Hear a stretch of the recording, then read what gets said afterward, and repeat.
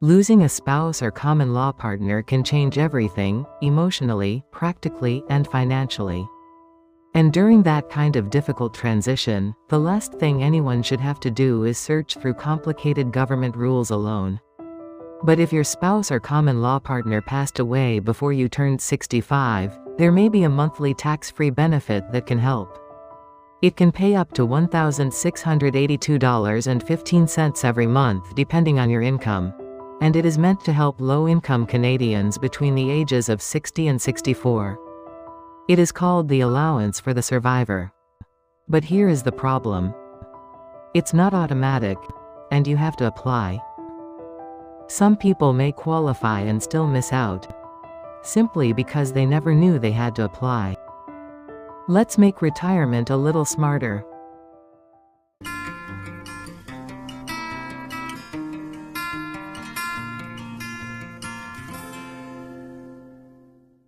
So what exactly is the Allowance for the Survivor?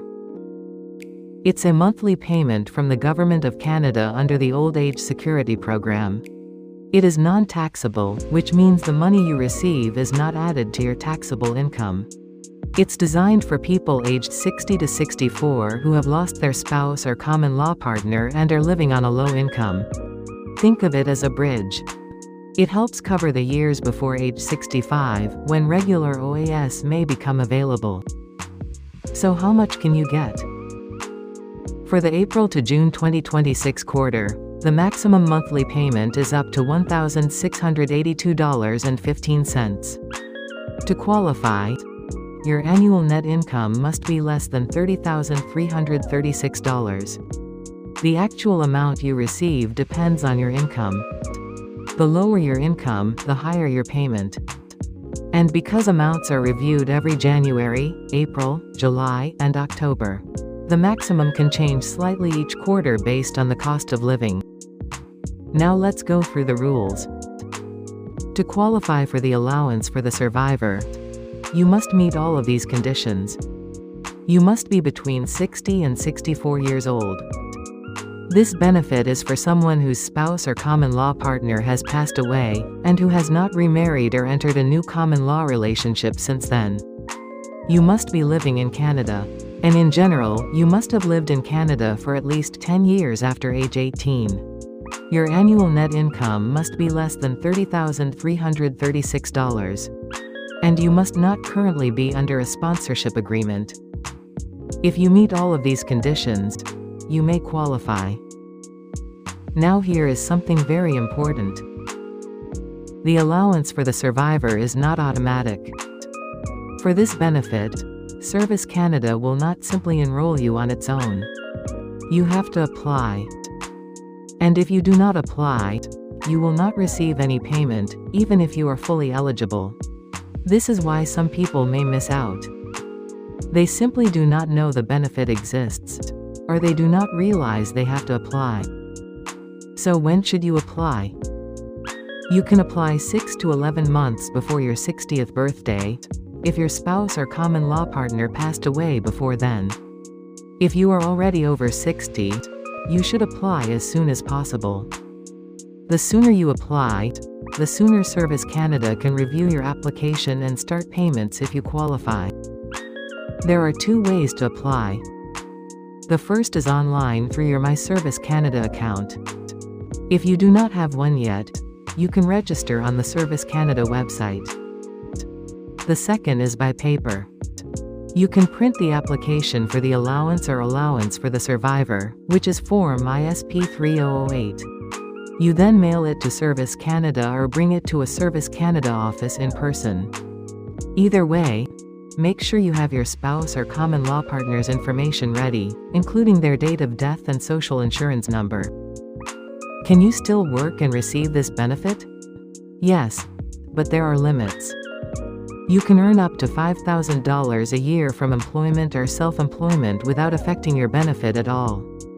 If you earn between $5,000 and $15,000, your benefit is reduced by 50 cents for every dollar you earn above $5,000. So part-time work is possible, but it pays to know the limits. Here's one more thing to know. Your benefit amount is reviewed every July, based on your income from the previous calendar year. That means your payment can go up or down each year depending on your tax return. Also, if you leave Canada for more than 6 months, your payments may stop if you do not qualify to receive them while outside Canada. So if you are planning long trips outside Canada, contact Service Canada before you go. What happens when you turn 65? The allowance for the survivor stops the month after your 65th birthday. That does not necessarily mean your support ends. At 65, you may become eligible for the regular OAS pension, and, if your income is low enough, the Guaranteed Income Supplement, also known as GIS. Some people are automatically enrolled for OAS. But if you do not receive an enrollment letter by 1 month after your 64th birthday, you may need to apply. Here's the bottom line. The allowance for the survivor is a tax-free monthly benefit for low-income Canadians. It's for a very specific age group between age 60 and age 64. And it applies when a spouse or common law partner has passed away. The maximum is up to $1,682.15 per month, but the actual amount depends on your income. To qualify, your annual net income must be less than $30,336. You must be living in Canada. In general, you must have lived in Canada for at least 10 years after age 18. And since your spouse or common law partner passed away, you must not have remarried or entered a new common law relationship. It is not automatic.